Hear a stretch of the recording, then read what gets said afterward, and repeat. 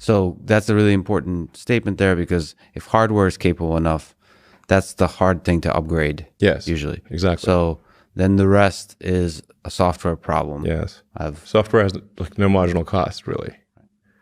But what's your intuition on the software side? How hard are the remaining steps to get it to where, the experience, not just the safety, but the full experience is something that people would enjoy?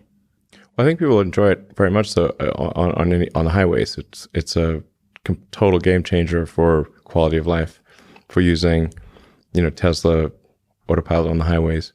So it's really just extending that functionality to city streets, adding in the traffic light recognition, navigating complex intersections, and then being able to navigate complicated parking lots, so the car can exit a parking space and come and find you, even if it's in a complete maze of a parking lot.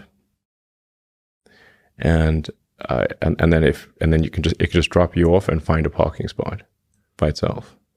Yeah, in terms of enjoyability and something that people would actually find a lot of use from, the parking lot is a really, it's rich of annoyance when you have to do it manually. So there's a lot of benefit to be gained from automation there. So let me start injecting the human into this discussion a little bit. So let's talk about full autonomy. If you look at the current level 4 vehicles being tested on road, like Waymo and so on, they're only technically autonomous. They're really level 2 systems with just a different design philosophy, because there's always a safety driver in almost all cases, and they're monitoring the system. Right. Do you see Tesla's full self-driving as still, for a time to come, requiring supervision of the human being? So its capabilities are powerful enough to drive, but nevertheless requires a human to still be supervising, just like a safety driver is in other fully autonomous vehicles. I think it'll require detecting hands on wheel for at least 6 months or something like that from here. Really, it's a question of, like, from a regulatory standpoint, how much safer than a person does autopilot need to be for it to be okay to not monitor the car?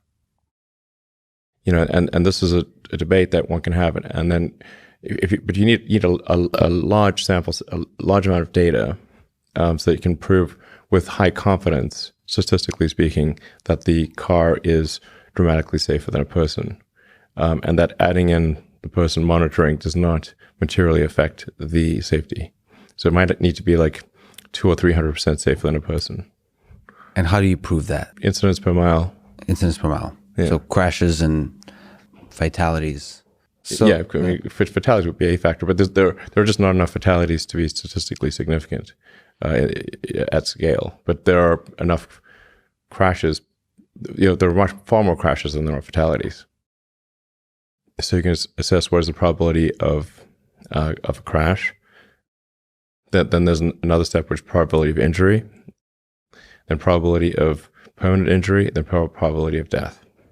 And all of those need to be much better than a person by at least perhaps 200%.